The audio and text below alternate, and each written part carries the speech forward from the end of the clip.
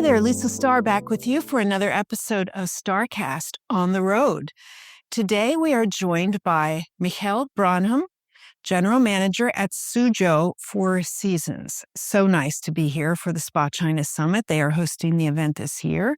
And Michael has graciously agreed to sit down with me and talk to us a little bit about what he has seen in his many years in Southeast Asia for Four Seasons. So welcome to the program. Good. Thank you for having me. It is my pleasure. He's smiling because I have him because I chased him down around the hotel. So he had to say yes because he's a busy guy. Anyway, Michael, tell us about your going into hospitality and how you started right at the top at Four Seasons, it seems, but in F&B. What was your career journey? I graduated from university in Munich and then got somehow into the hospitality and then directly into Four Seasons. And with Four Seasons, I'm now actually almost 28 years, 28 years. And a great journey. I was general manager. I skipped a part with the F&B when I started with Four Seasons. Let's focus more on the GM part, which then also gives me the responsibility for the spa. So I was in charge at one of the Four Seasons in Tokyo, Shinsanso, which we actually created a spa. We built one. And that's an interesting story. Then I was the second Four Seasons in Marunouchi, which also has a small spa, but neglectable, to be honest. It's a small city hotel right at the Tokyo station. And then after that, I went back to Singapore, where the spa is important. After that, I went back to Tokyo one more time, then to Bali, and was in charge of Four Seasons Jimbaran Bay and Siam, which at that time really were one of the best hotels in the world. We won many awards for the best resort, but also lots of recognition for the spas. And then from there, I went to northern Thailand, Chiang Mai and Chiang Rai. That's the tented camp, right? Chiang Rai is a tented camp. Chiang Mai is a little bit further south. That one also great for sparring. Of course, the Thai is different than the Balinese approach, so I learned a lot. And from there, I went to Hangzhou, Westlake. Hangzhou, Westlake, about 2 hours from here in Suzhou, also about 1.5 hours outside of Shanghai. So if this helps a bit to locate the place. It is a beautiful traditional resort right on the West Lake. Which is beautiful. Within the green tea plantations, basically, and all the cultural centers like the temples and the pagodas. And I was there for a couple of years. Then I helped the initial opening of the Hangzhou Center, which is the second property, which is a city hotel. I was lucky to work with our senior spa director in Hangzhou, Miss Mia, who is actually the guru of spa for China. She knows all the visiting practitioners. She's into traditional Chinese medicine. So this helped a lot and I learned a lot. Then from there, I came here to Suzhou, which I'm now about a year, a little bit more than a year. And this is a new property. There's a new property. And it's lovely. So the peninsula that we're on, which is on a lake, was purpose-built? The island existed. The lake has been created many years ago. And the resort is basically on this island, connected with one bridge to the mainland here in Suzhou. So the entire island is about 90,000 square meters. And that's all the resort, including the gardens, the buildings, and up to the shore of the lake. Well, it's magnificently situated because wherever you are on the property, you are on the water. And the water is all around you, and you have beautiful views of the other shoreline and the great buildings here. I mean, it's just a very lovely property. The main thing here is that Suzhou is a second-tier city. We're talking here first-tier cities like Shanghai, if this may be interesting for everyone. We're talking here 25 to 30 million people, right? So a second-tier city is still, in this case... It only has 7 million people, right? Yeah, up to 10 probably by now. And that's a second-tier city, so there's a totally different dimensions. So living here on an island like this or visiting or staying in the hotel, the tranquility and in the mornings, the mist, the birds, the silence is absolutely amazing, even for a second-tier city. It's so funny you say that about the second-tier city because I have really enjoyed my time in Suzhou, and it's navigable. It's not crazy. It's very clean. It's very modern. People are helpful. It's the kind of city you could live in, whereas I love the energy of Shanghai, but it's just too much. It's like just over the top. So hopefully you're finding a good home here. I loved Hangzhou and Suzhou. And if you know the history, Marco Polo came to China, right? And when he came to China, he always said the two best cities that he's ever seen in China was always Suzhou and Hangzhou. Interesting. I did not know that. Well, Marco Polo knew what he was talking about. So I think it looks a little different now than it did, though. So, Michael, let's talk about wellness and what it means to you. What does that word mean? You've been a Four Seasons GM for many years. There's always a spa. How has it evolved over the years that you've been with the company? I remember even further back than Bali to Tokyo, wellness there was actually no word wellness. I can't even remember that we ever used wellness or well-being. Absolutely not. In Tokyo, it was a city spa. In Shinsanso, it was an urban resort spa. And I would say 80% Japanese, 20% foreigners. And it was purely spa treatments. There were not even visiting practitioners or Reiki or anything else, absolutely nothing. Just massage treatments, facial maybe for the ladies. That was it. And then from there, the next big step was probably Bali. Then in Bali, I realized that there's actually much more to this. And in Bali, it's not just the treatments, right? It's almost like a lifestyle. And then from there came the word of well-being. I remember that. It started actually in Bali when I was there. And then, but the big change came when I was in Chiang Mai, Chiang Rai. There, we really worked on a wellness and well-being concept for Chiang Mai and for the tented camp. And there we officially started the first visiting practitioner visits every 2 months from within Thailand and outside of Thailand, even from the US and Europe, crystal healers, meditation. And then I kind of understood a little bit more that it's not just the treatments and massage and the facial, right? So there were also much more mental, much more just relaxing your body. And then came the big step as well on the nutrition, right? That was also not from the beginning. I remember when we talked about well-being, it was not always necessarily all about nutrition as well. No, it's true. It was not. And this was introduced in Thailand when you were at those northern properties. So what was the impetus for that? What was driving that renewed interest in broader aspects of wellness? It was interesting. A lot of people always ask me this, and they think it came probably a lot of visitors, tourists from the US or Europe came and they were kind of requesting that. No, actually not. I remember very clearly this was actually more a domestic thing. We had also in Chiang Mai, about 50% domestic, means Thailand, but also Southeast Asia.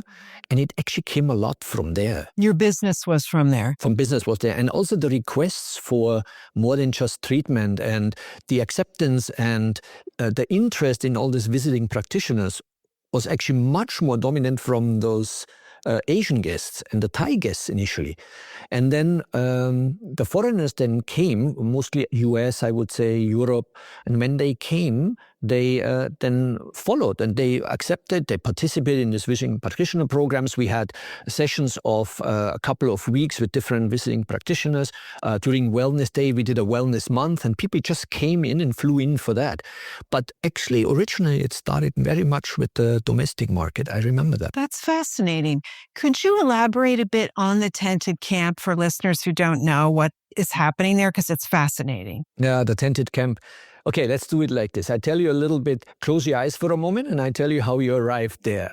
Okay, so there's two ways. Either you drive from Chiang Mai by car, or you take the helicopter from Chiang Mai to the tented camp. You go it's about 3-4 kilometers outside. There's a small village, and you land there with the helicopter. Then you take the boat on the river, one of those traditional Thai boats that are made from one trunk. And you speed down this river around a couple of corners, and then there's absolutely nothing. There's only real jungle, savanna style. Picture it a little bit like this, until you kind of see the first elephant. They're freely roaming around there. And then around the next corner, you basically arrive at the Four Seasons tented camp. And at that time, we had 10 tents. And it's, of course, Four Seasons tents. Yep. Not just your average camping tent. It was one of my best time when I went there once every 2 months. and visited because I was responsible for both. So I visited the hotel, in this case, the resort manager, the camp manager, to have some meetings. And this was my best time because you stay in the tent and it's absolutely silent and it's absolutely dark at night. The only thing you hear are some of these elephants walking freely around. And in the morning, there's the mist from the river. And you basically right on the corner. You basically look into Myanmar and you look into Laos, but you are in Thailand. And it's right there. And in the morning, then you take your shower. There's an outdoor shower right next to the camp, next to your tent. And you see the elephants. And the elephants basically greet you in the morning with their sound. And then you go for a little breakfast and the elephants are right there. You know? That sounds amazing. But maybe that's how it helped the wellness aspect expand, because it doesn't sound like the place where you walk out the door and go shopping either. I mean, you're in this remote place. You need things for the guests to do. Right. It was all about as well treatments, yes. But it was much more to understand the culture, understand Thailand, and understand the people, understand how they work and live with their religion, get involved in the religion. So it's more, this whole wellness thing is not just a treatment. It's also understanding the culture, the religion, participating in their rituals, in their praying and their meditations. So good for you. I'm so glad you said that, because two of the places you've been posted, in particular Bali and Thailand, have very strong service cultures. And we know that therapists who come from those places are excellent at caring and giving and beyond just being a good therapist, they have a great way about them. Do you find there was something in those cultures that sparks that in those people?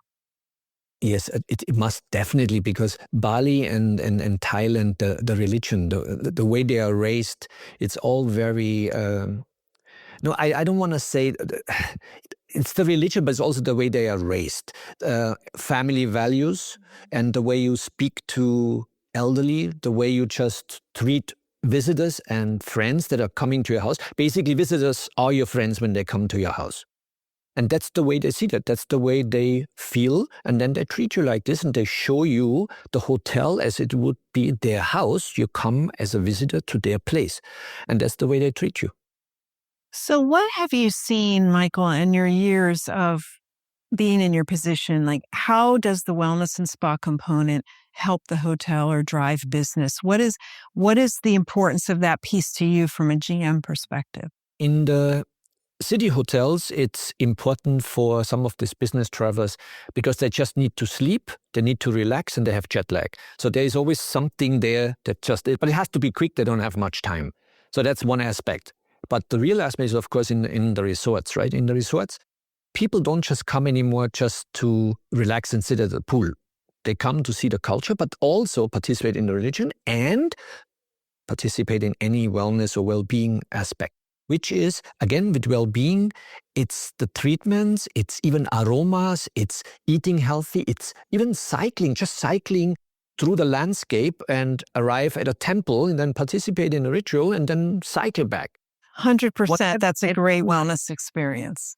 I love that there's a bike here. I took a bike one morning and I rode around the lake, and it was so nice to have that option available to me as a guest, but also to be able to feel like you're participating.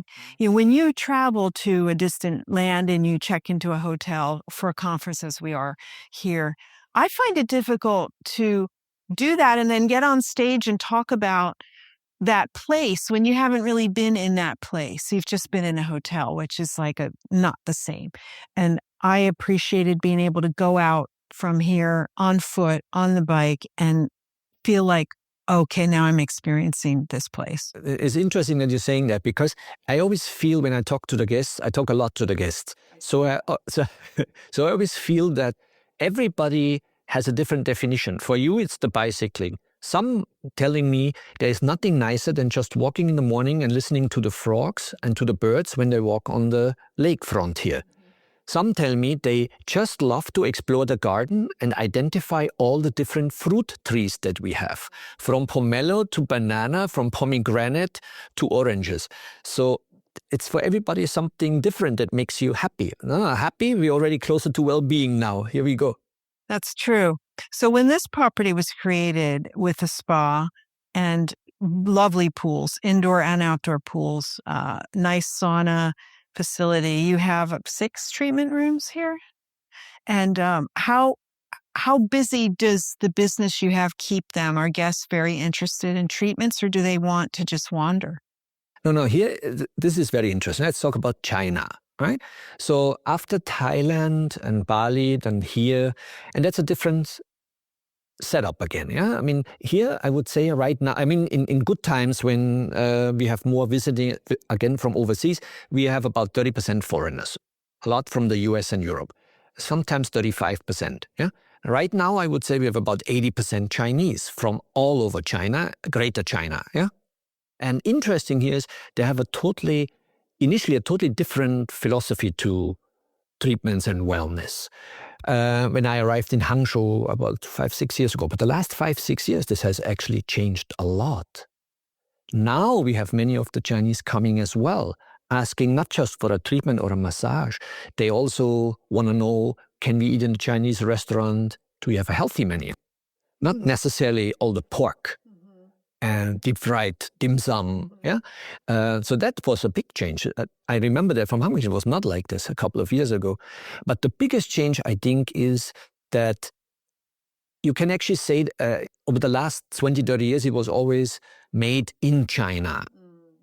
Now I really think this is more like almost like made for China. When I look at the younger generation, when they come here, really younger generation coming here to have a long weekend, they actually are trendsetters now when it comes to wellness. They know a lot. And I think we are underestimating this as foreigners. We think Chinese and wellness, which I already explained, is not really like in Bali or in Thailand or in Vietnam. No. But it has changed. And now with the younger generation, they really have very clear ideas what they want from nutrition, wellness, sport, living overall healthy and happy. And what they are demanding here in the mainland of China, basically have the companies reacting, right? So they're coming up with stuff and say, oh, we need to cater to this. And this is a huge market. And we're not talking here about 1 million people. We're talking about hundreds of millions of people. And then the domestic market actually comes up with things. And this will be something that in the future, I think, will be trendsetting for the rest of the world. And not necessarily only for China. And I don't think we are realizing this yet, that it's not anymore we're asking China to make something. Yeah?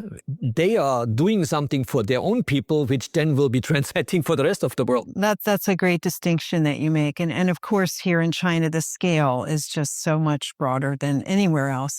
I was here on the weekend and the lobby bar was filled with young couples having high tea with the big platters and all the proper English tea, but in China with Chinese tea. And somebody had their dog in a stroller and a few of them have their babies, but they were all like enjoying this and dressed up. And I thought, wow, this is definitely a generational difference that you didn't see before. These are young people, but they have money and means to be here at a Four Seasons and enjoy that. And they want more wellness experience, right? And they're well traveled. They have been to Southeast Asia, they have been to other places, and they know what wellness now actually is supposed to be. And they are demanding it now. And you can see from our vendors that more and more of visiting practitioners are actually from within China because they're adapting to that. But there's another thing with the dogs, the puppies. We are a puppy-friendly hotel. This means we have puppy suites, puppy villas, puppy rooms, puppy playground, puppy amenities. I saw the puppy playground. I forgot about that. So this is a common thing to bring your dog. It's a lot now here. I remember when I was in Tokyo, that was already quite common, to be honest. But now here in China, it becomes extreme, really. And there's even a demand for puppy yoga and puppy sessions where the owner and the puppy spend time together meditating or doing yoga or playing. I'd like to see how that works in practice, but it's a nice idea. So Would you say that the treatment menu has evolved at all in the last few years? Like what you're offering to guests, has that changed? No, here in China, absolutely. There were massage and a couple of traditional Chinese medicine recommendations. Traditional Chinese medicine cannot be practiced in hotels directly. This is only it's organized by the government and you have to follow the strict rules. But we always have connections to some of these traditional Chinese medicine facilities and then we work with somebody. And that was basically it. But now you can really see they're much more knowledgeable. They have been overseas, they come and they actually want to learn something new. They're not just asking for some Chinese treatments or basically rearranging your spine, which are typical Chinese part here that we always do, but also just Thai therapists. We brought in Thai therapists just to do something for our 1,000. We have a couple of thousand members in this. Couple of thousand, that's quite a lot. Because there's a couple of villa complexes very close outside of the island and they are our members. And they are demanding more than that. They want to experience Thai therapists, Balinese therapists. We brought somebody from the Maldives, which is one of the Sri Lankan healers. So they came and very, very interesting and very well accepted as well. Do you find that the demand for wellness treatments is bigger on the weekend or is it pretty steady through the week? The demand is probably the same. It's just the number of people is probably a little bit more on the weekend and public holidays. That's why, yeah. But it's about the same, yeah. I see that this hotel seems to be a big destination for families with kids. I mean, the weekend was just full of children running around in the pool. You have a big kids zone here. Correct, yeah. It is very important to give some privacy for the parents. That's why we did this large kids club.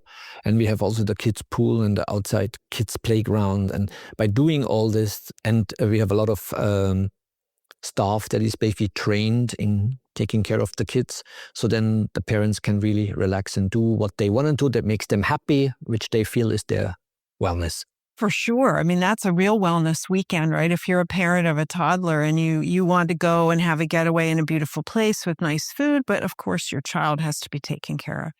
So this is a very important inflection point in wellness in the world. As you say, that word was never used before, and now it's all we hear about is wellness and what humans want, more wellness. Where do you see this going in China? I mean, do you have plans to further evolve the offering you have here or at Four Seasons in general? I'm sure in China, the next step will be even more than just a spa. Yeah? Really wellness centers with much more setups on special treatments, but also even incorporating nutritionists like we have in some of our resorts in the Maldives already, or even they're doing in Chiang in Bali already. This is going to be the next step for sure. We're already discussing this for here, but definitely. Well, what we're seeing globally is that the spa, which was traditionally within a certain area, usually a back corner of the property, spa and wellness has become more an offering that isn't confined to a specific space. Are you starting to see that? Yeah. The wellness aspect is in every single square meter of this resort. Starts with the garden, as I mentioned, from the fruit trees to the garden, to the birds, to the spa itself, to the outdoor pools, to the restaurants. The restaurants are a wellness center. If you have the right menus and the chef takes care of this, even our pastry chef has a part of this. He's making wellness desserts that are very delicious, he or she. I have to say, the food's been excellent here.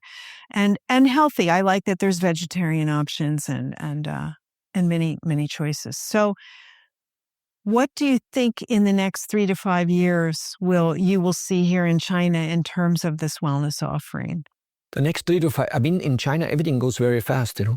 If once somebody has an idea or somebody, or the demand is coming from this younger generation, these vendors and these companies, they know they need to cater for this, and they start, and they're going to do it in a lightning speed. So 3 to 5, easy. Probably more 3 than 5. More of these wellness centers. For example, we're going to open another resort in I think about 2 years from now, approximately, in Moganshan, which is between Suzhou and Hangzhou, kind of in the mountains. A mountain retreat, small, And that definitely is already predestined to have a lot of these wellness aspects. And I'm sure we're planning all this. I have all the details, but I'm absolutely certain that we're doing that for this resort already. And that's why you're going to see much more of that, to give the Chinese this chance to get out of these big centers, these big first-tier cities, and even out of the second-tier cities, and get into these beautiful remote areas that you have in China a lot. So many. Mountainous, river valleys, and just... There are so many beautiful places here. It's just difficult because it's such a big country. And even for me as a traveler on a map, I see, oh, this is a place I've wanted to go. And it seems like it's near. And then it's like, no, it's a 3-hour plane ride from New York.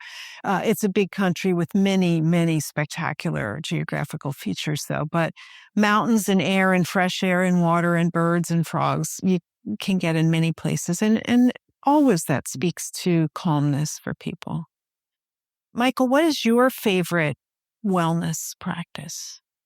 Yeah, for me, there's two things. One is food, and the other one is relaxed exercise. I did a lot of tennis and basketball, football, swimming, jogging, half marathons, cycling 100 kilometers.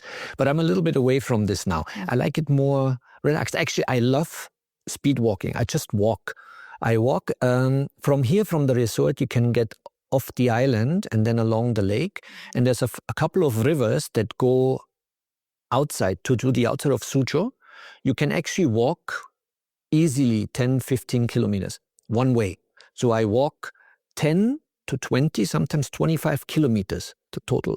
That's speed walking. Yeah, it's far. But it's absolutely amazing. You walk along there and then the scenery changes from one bridge to the next one. You are in a different park along the river. Then here there is a different zone with different fruit trees. And you just walk along there. And that's what I like. No phone, just walking and get some fresh air. And here also, China is not always seen as having the best air quality, but that's, especially here, Suzhou, Hangzhou is absolutely amazing. I have not even one day where I had a problem here.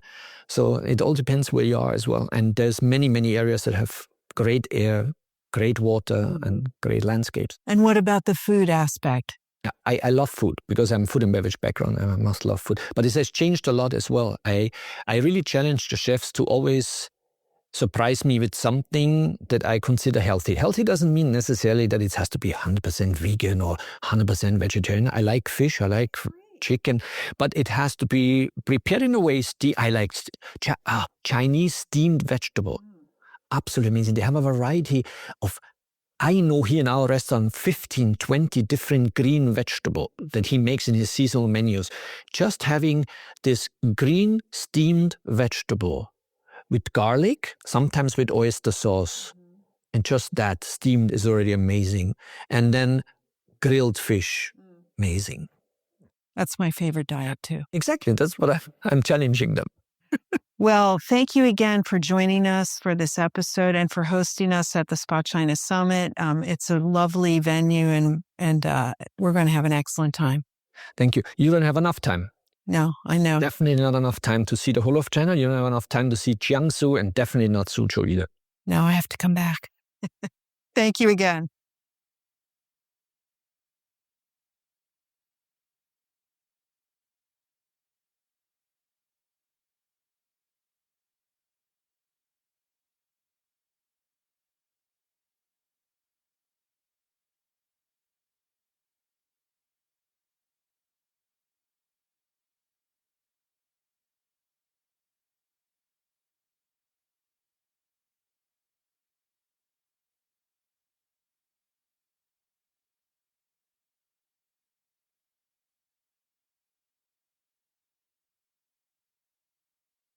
So we are at the Spa China Summit in Suzhou, and I am here with a fascinating gentleman, Jonas Schurman, who I've just met, and he has so much to say. I said, you must come on the podcast, and he nicely agreed to do that. His job right now is as a board member of Reformosa, which is a leading real estate development company that works in the luxury sector based in Portugal. But his long list of prior jobs through hotels, starting with a waiter and working his way up into purchasing, reservations, F&B, eventually a GM. He spent many years at Mandarin. He knows the spa industry well. And so I thought we should definitely talk. So thank you, Jonas, for joining us. Thanks very much for having me and inviting me. It's an exciting time. It's an exciting time. We had fun on our panel yesterday. We did, didn't we? So you have this amazing perspective as someone who has been in this industry many decades and in the hotel side and seen how it has grown. And so I'd like you to share a little bit about your opinion on where spa and wellness fits in a hotel, especially if you put your asset manager hat on. You managed Mandarins, which are known for their spa, at least now they are. And how do you feel like that works from a financial perspective? It is quite obvious and people don't really like to hear it, but if you can't pay your bills, you have no real reason to be around. Now, that does not necessarily mean the spa per se or the wellness aspect per se has to be highly profitable, but it has to add to the overall financial success of the business. And I think there is, I don't think I know. If you have a wellness offering, and I prefer to call it wellness because spa is one component, and the spa component is constantly changing, and I think there is super exciting things coming our way in that field, so I prefer to call it the wellness. If the wellness aspect done well of a property, and clearly there are nuances, what kind of property, what location, but let's just, for the lack of better word, saying an average property who does wellness really well, who does wellness better than their peers, there is evidence that this will help, or that has an impact of 20 to 25% of an additional ADR per room versus your competitors. And clearly, this has to be taken into consideration when defining success of a spa. The same thing is for average length of stay. And again, we are in a crowded environment. Many people do spa and wellness. Again, if you have something which is noticeably different, you have a competitive advantage over your neighbor that the guest will stay with you. And when we talk about that, I like to refer to children. Kids today are the decision makers where parents go on holiday based on the offering. Parents want to have peace of mind. They want to go to a facility which caters to kids. So if you have a great kids offering, you have a much better chance that people stay with you than if you do not. This, in my opinion, is exactly the same with the wellness arena. If you have something noticeably better or different, then you have a substantial higher chance that the clients or the patrons traveling to this destination will consider your product over others. And again, that translates in length of stay, average rates. Very often people who travel and have the wellness aspect in mind are also quite resilient when it comes to room rates as it pertains to different categories. They are very seldom the leading category booker. So why I'm saying that is owners, and I deal a lot with owners, do not often see that. But when explained, they understand the rationale. So I'm not suggesting a spa shouldn't make money. They have to make money. But you have to take into consideration what else they add to the business. Right, which has always been a challenge for us to monetize that, or to quantify it, I should say.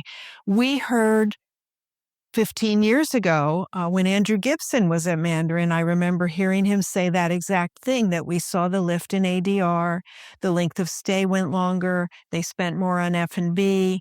But those things don't always translate to the profit and loss statement in the spa column. So spas often had to really substantiate their existence just on the revenue they created, but that's not always accurate. That's absolutely correct. And the easy way out of that is you ask an owner, what would we do if we wouldn't have a spa? And you turn the tables. And I think there the realization comes that is an integral part and it's a competitive upside. And if you do not have it, you're not going to swim in that era. It's very simple, really. Again, you cannot generalize it across the board. There is many local differences and nuances, but it is obvious that a successful wellness offering adds substantially to how attractive you are as a property. Mm-hmm. So, Jonas, could you share the story with listeners that you told me about Mandarin? Because I always think of Mandarin as the spa and wellness brand, and it has spa in the name, but you said, oh, that wasn't always the case. No, it wasn't. And the beauty about that is in those days, and we are talking early 90s, channel managers had a real impact on how they run their business. It was not so much top-down driven by corporations. So I was in Bangkok, at the Oriental, today called Mandarin Oriental, and the general manager at the time has been there for decades, a legend. And one of the things he's always done is to spend a good 2 hours a day over lunch and before dinner in the lobby and just listen to guests. And I think this is the ultimate feedback source, talking to people who are actually in your property. Imagine.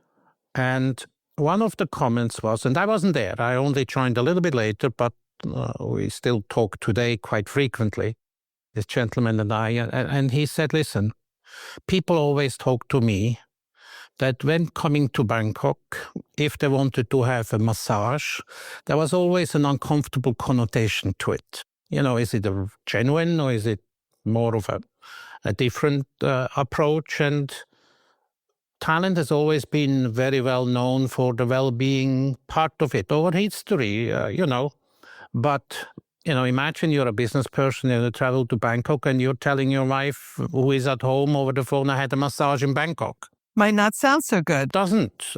This was in the early 90s. So he said, well, that's a genuine need and let's do that. So I joined maybe 6 months after the spa opened, so 1994, so I think it opened 93 or 92 perhaps, where I still saw correspondence where in the early stages of the project he wrote to corporate and said, that's my project, that's what I'm going to do, and that's what we need, and, give all the rationale.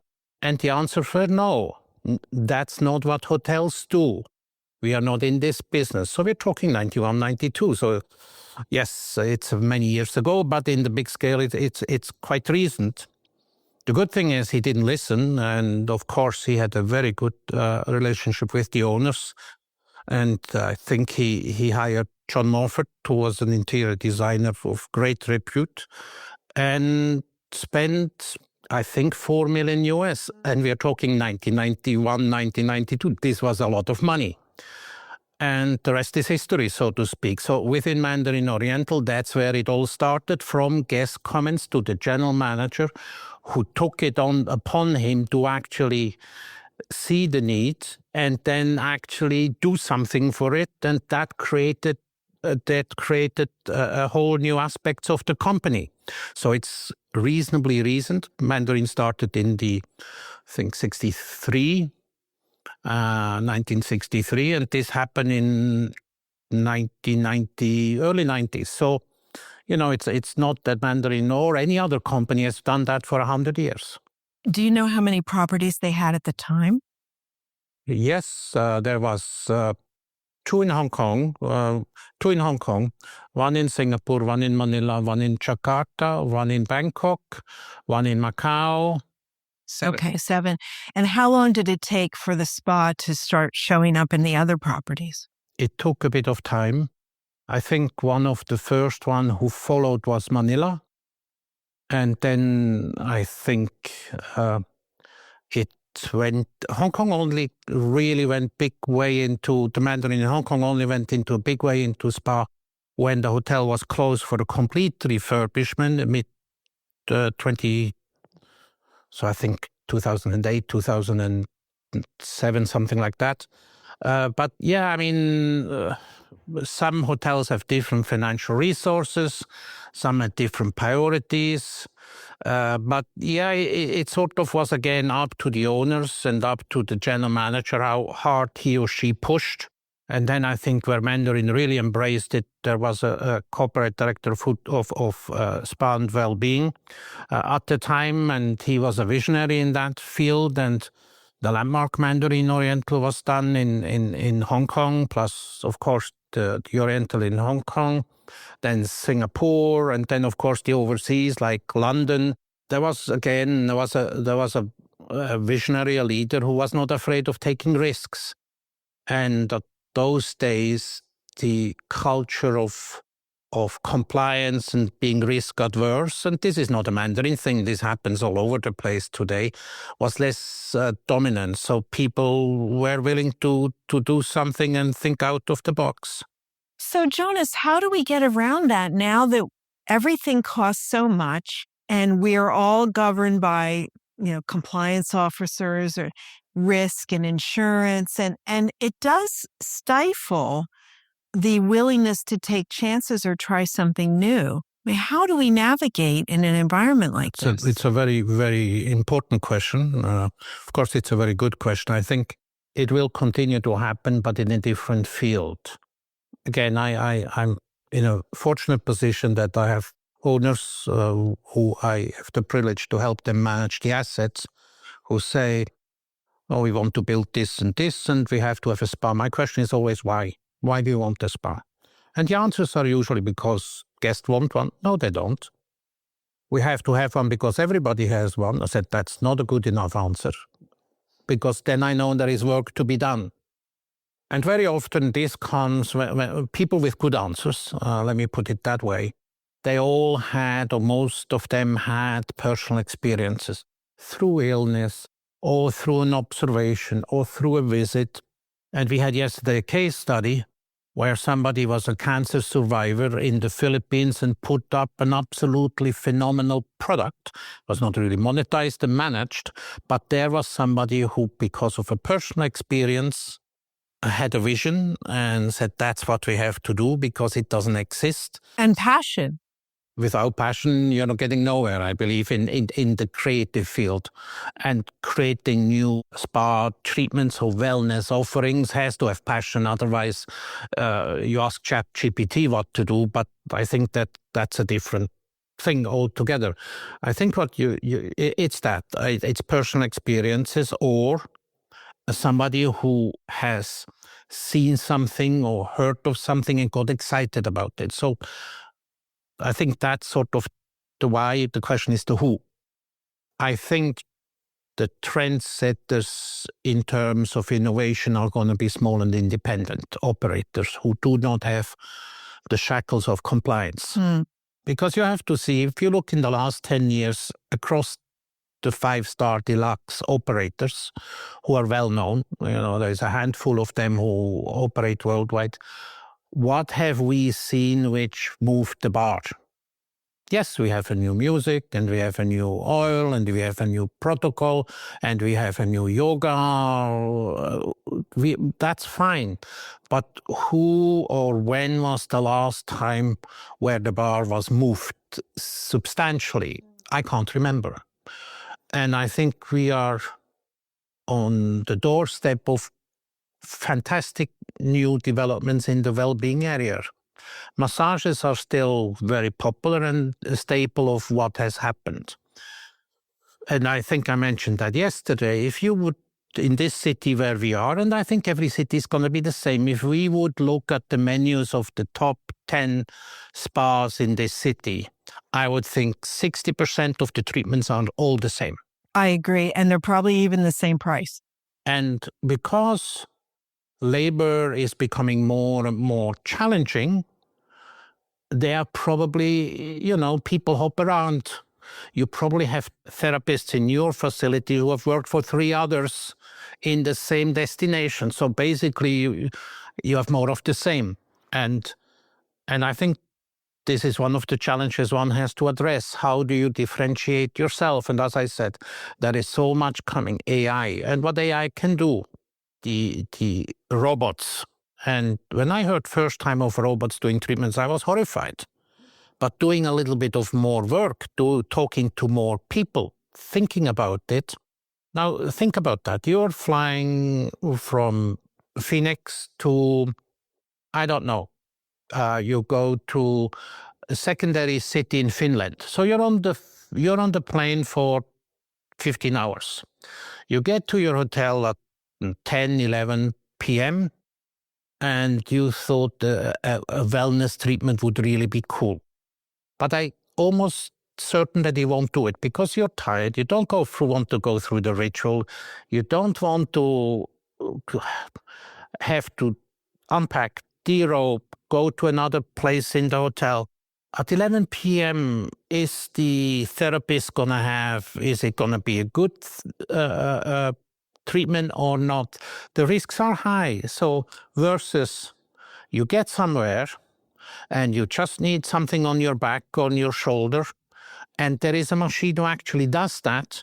You're in and out in 40 minutes, no fuss.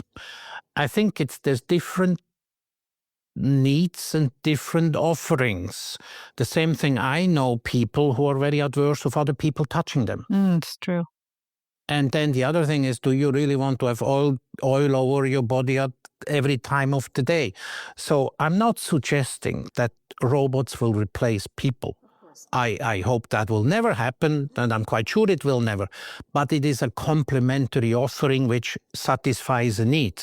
And I think this is something. The other thing which I believe is something which is going to come our way, and I'm very grateful for it, is sleep.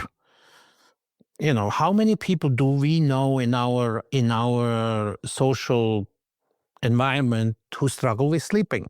And a pillow menu is not going to do it, you know, but somebody who helps you sleep. And there are tons of ways, be that the Kneipp out of Germany, or be that therapy which comes out of the Middle East or the subcontinent or whatever in China. And I think, you know, I have to say, I would pay quite a bit of money if somebody would help me with my sleep troubles. And so sleep. The other thing I think is really, really important, and a great market, is rehab. Rehab at the moment is happening in clinics. You know, you have to go to physio or whatever, and you know your appointment is 11:10, and you better be there, and you go to a clinic, and you know you're out at 12:20, and you're home to cook lunch on time. If the wellness offering of a resort or a day spa or a luxury hotel brings this rehab element into it, where it's an experience, you're not dreading forward to go to it, it's actually pleasant to go for it. I think there is huge opportunities. I mentioned kids before. You know, yes, there are gimmicks and people do spa for kids. But has it really been done seriously? And kids, you know, clearly one has defined age and one has to make sure that the protocols are done when. But I would assume that there is a significant market out there where families want to have the characters and the cartoons and the kids' clubs and the educational part. But I really do not see a spa portion of that involved. And I think, again, there are great opportunities. There is unbelievable stuff coming our way. AI.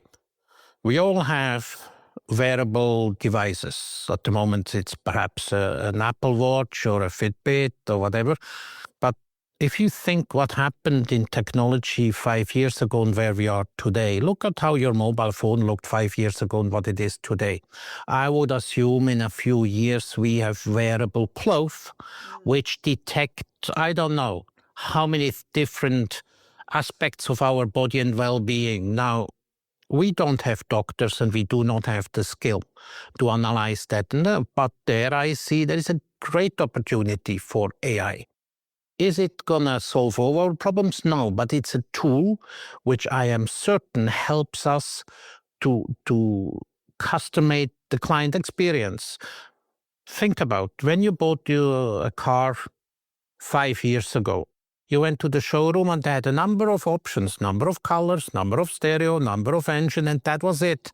Today you go to a showroom, you spend 2 hours with them, you define everything from the leather of the seat to the trimming, to the steering wheel, to the color, to the everything. And if they can do it and deliver it, why can a spa not do it and deliver it? But you obviously need a bit of time to invest on and understand what the needs are. So I think we only scratched the surface of what wellness has to offer.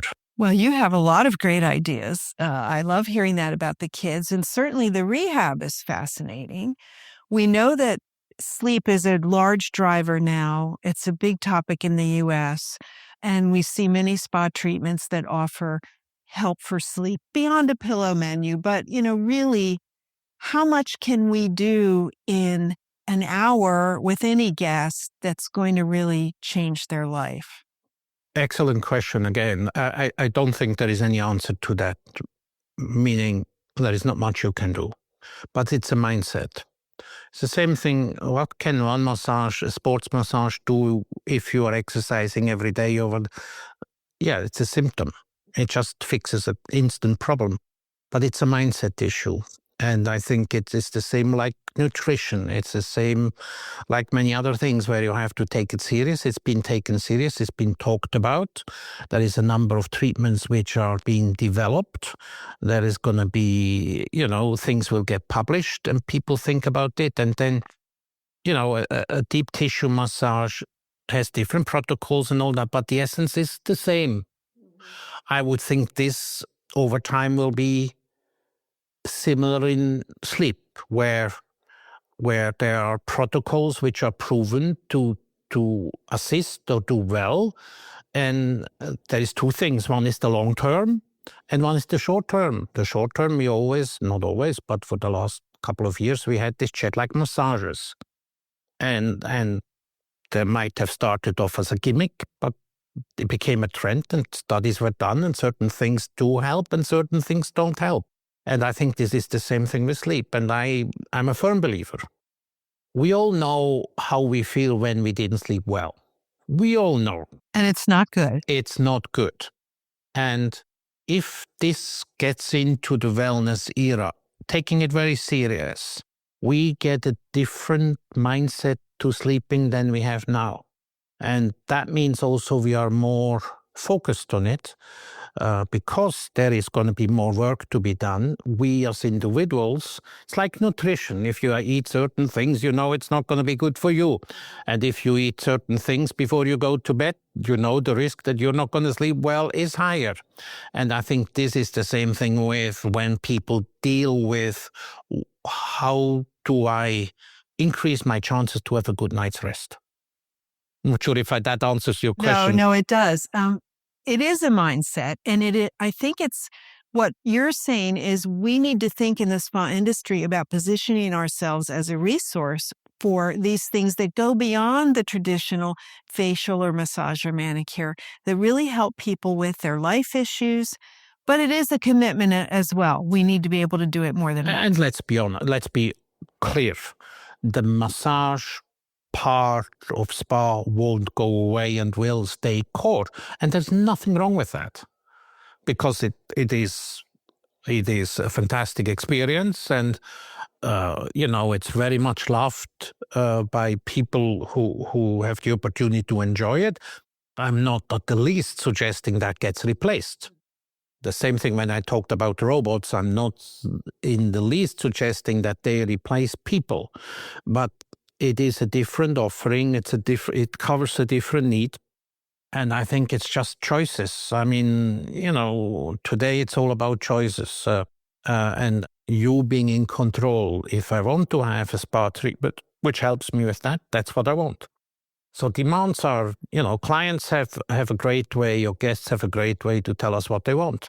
If they use it and pay for it, that's what they want. If they don't use it and don't pay for it, then that's not what they want. It's quite simple. I mean, again, when I was in Bangkok, I was very fortunate. What I learned there is listen to your guests, talk to them. Don't wait for a questionnaire to come back. Walk through the restaurant, talk to your guests. What did you do today? What was good? What didn't do so good? The feedback we get is priceless. I would think most of the hospitality trends came from client feedback, but direct feedback. Don't wait for a questionnaire. How many questionnaires do we get? We fly an airline, we get a questionnaire. We rent a car, we get a questionnaire. We stay in a hotel, we get a questionnaire. We book a table through OpenRise or whatever, we get a questionnaire. How many times have I deleted an email asking me for feedback because I just didn't have the time, however? Or you wonder if anyone even reads it. That's the other thing. But listen, you're in a client or a guest-centric environment, be that hotels or restaurants or whatever, and you have the manager or the owner or actually saying, what did you do today? What worked well? And you actually probe and listen to what they say. And I think we have, to a large extent, given up on listening. Well, we also have to be able to look beyond. Jonas, I'm thinking about guests not asking for things that they don't know exists, right? I mean, so your GM example at the Bangkok thought of something beyond what people envisioned, and we have to be able to do that. Our industry is flourishing. People want spa and wellness more than they ever have, but there is a lot of sameness to it. We have labor challenges globally. And they will only increase. They will not go away. And nobody wants a robot, to your point, but then the robot's available at 11 p.m. and it does a pretty nice job. And as I said, at 11 p.m., I can speak for myself. At 11 p.m., I don't want to have much conversation when I come out with a long flight. I just want to make me feel good and get ready and go to sleep and, making sure that airline seats are becoming better and better. However, it's still not like sleeping in your own bed. No. You're in a different mindset. You're in a different mood. You're in a different location. You do not know the environment. So perhaps that's something. And what I'm saying is, if I believe there is demand for something like that, and there is going to be somebody's going to meet that demand. But yeah, I want to reemphasize, I'm not at any stage saying that a robot should replace people or will replace people. That's not... No, and that was not heard. I think that we just need a way forward that is creative and that inspires people. It allows us to make money. It allows us to use the spaces within our buildings that have been dedicated to spa and wellness, including treatment rooms that are underutilized because we don't have staff. So knowing what you know, Jonas, and what you've seen over so many decades, if you were opening a hotel with a spa in it, what would you do? What do you think are the services of the future we should be considering? I mean, maybe you can elaborate on what you've mentioned already, but where would you put your money? It depends. It's a difficult question to answer because the circumstances are different in every location. So location is a critical point, and who is going to be your client. But so who will you be having as your guest? And that dictates what their needs are to a certain extent. In an urban environment, you usually have two markets. One is the local and one is the non-local. The non-local very often comes to a location where they want to experience the local touch. What does this destination have? What is special? What makes it work? So the sense of place and where I am.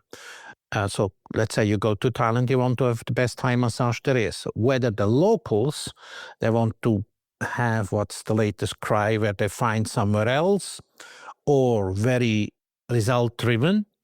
So there are two different, and this is pretty universal wherever you are. You have the international who want to experience the sense of place, and you have the local who want something different. I believe that the core in terms of the massages and facials are going to stay, but the rehab for me is very important. The kids for me, I think this is critical. Now, having said that, I work a lot also in the casino environment, and that's a very different environment because there is no day and night. So you have No, you do not have the same rhythm like in a traditional environment. Because, as you know, in casinos, there is no windows and people have very different body clocks. So there you have to offer basically everything 24/7, what you're offering. So there you have, it's a very different mindset. And I think it really depends where you are and who is your guests. But as I said, rehab, kids, sleep, I think they are pretty much universal in terms of having not been covered very well by the wellness industry yet. Plus, I believe there is a substantial market for investing resources, and that's not necessarily money, it's time, it's intelligence, it's research of what the way forward is. Now, I do not have all the answers, but I most certainly will spend more time on trying to find answers. Will I get them all? I guess not, but I'm convinced that that's where part of the future lies. There might be others and there will be others, which I don't know, and that's a good thing. But I believe those, yes, rehab, kids, and sleep are considerable markets to come. Well, that's great advice. Can you remember the last time you saw something in a spa or wellness environment that was really innovative and what it might have been? Oh dear. Something new, different, unusual? I'm sad to say I haven't. Perhaps, yes, I was quite some time ago in a resort in Vietnam, in the center of Vietnam, and just they were on a lake. It was a resort, and in the usual thing, you have a bicycle or you have a golf buggy or whatever. But actually, they picked you up in a boat and took you across the lake to the treatment facility, and the entire treatment journey really evolved about the arrival experience and even so the departing experience. I had a simple body treatment, but just the way it was done, it was creative, it was different. I've never experienced it. I'm sure other people have, and it might not be new, but for me it was something which I think back, because it really started when they came to my villa by a small boat and somebody was rowing it and they were across, and that took maybe 10 minutes to go across. And I thought just the serenity, and it was in the evening, so you had tons of candles also floating in the lake. It was for me, the fact I'm talking about it obviously has made an impact. Sounds pretty magical to me. Yes, it was. What is your go-to wellness experience, like when you're traveling as you do and you just need some stress relief? What's your favorite thing to do? I would think pouring a Thai massage. Always, I'm an easy one. So, you come from somewhere and there is Thai massage and there's Thai massage, but a beautiful, well-executed Thai massage. And they don't have to be 90 minutes. If you're, 60 minutes is perfectly fine. Something which I thoroughly enjoy.